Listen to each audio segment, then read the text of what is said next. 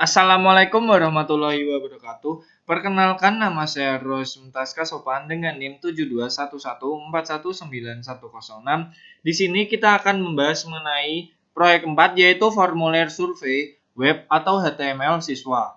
Saya berasal dari Rombel Akuntansi B 2019. Contoh, formulir ini adalah formulir yang mencatat evaluasi seorang siswa terhadap seorang pembicara. Formulir ini mewakili 5 teknik yang paling umum untuk mencatat informasi dari sebuah situs web.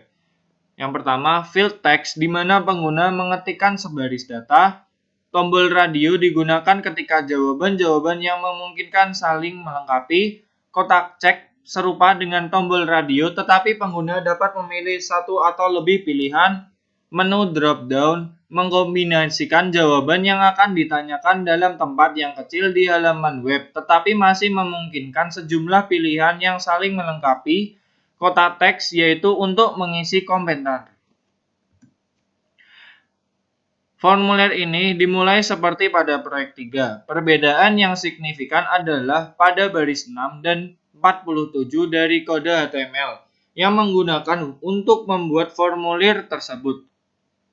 Perintah form dan garis strip form memberitahu browser bahwa halaman web akan mencatat informasi dari pengguna.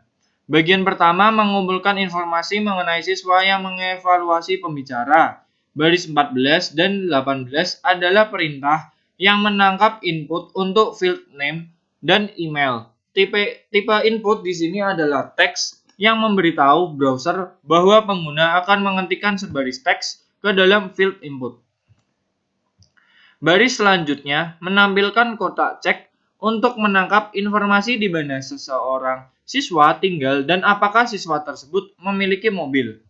Baris 29 dan 30 membuat kotak cek yang tampak pada contoh.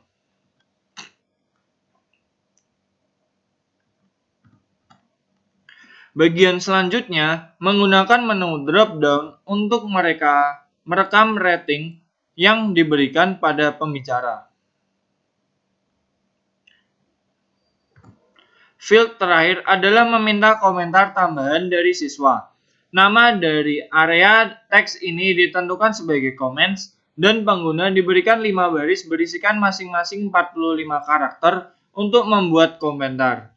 2 jenis input khusus dibutuhkan untuk membuat browser menindak informasi yang dikumpulkan oleh sebuah formulir. Perintah submit ditampilkan pada baris 45.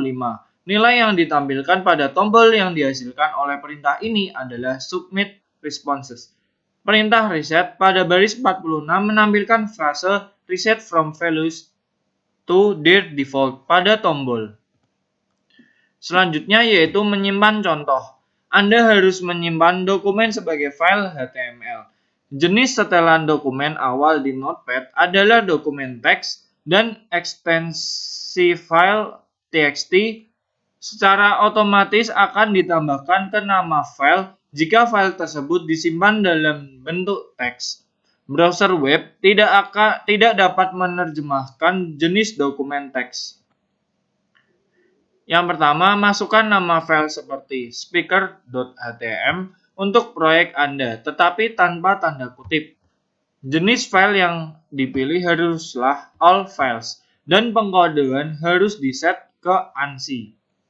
Jika tidak memilih all files pada jenis file, maka halaman web bisa jadi tidak akan bekerja. Melihat halaman web. Setelah menyimpan halaman web, Anda dapat melihatnya untuk memeriksa apakah halaman web tersebut bekerja dengan baik. Anda tidak perlu menutup program Notepad. Program ini dapat terbuka ketika Anda melihat file dengan browser web. Yang pertama, buka browser web dan pilihlah perintah file diikuti sub perintah open. Yang kedua, ketikkan nama file atau browse untuk mencarinya. Dan yang ketiga, klik tombol OK. Dan yang keempat, halaman web akan muncul di browser.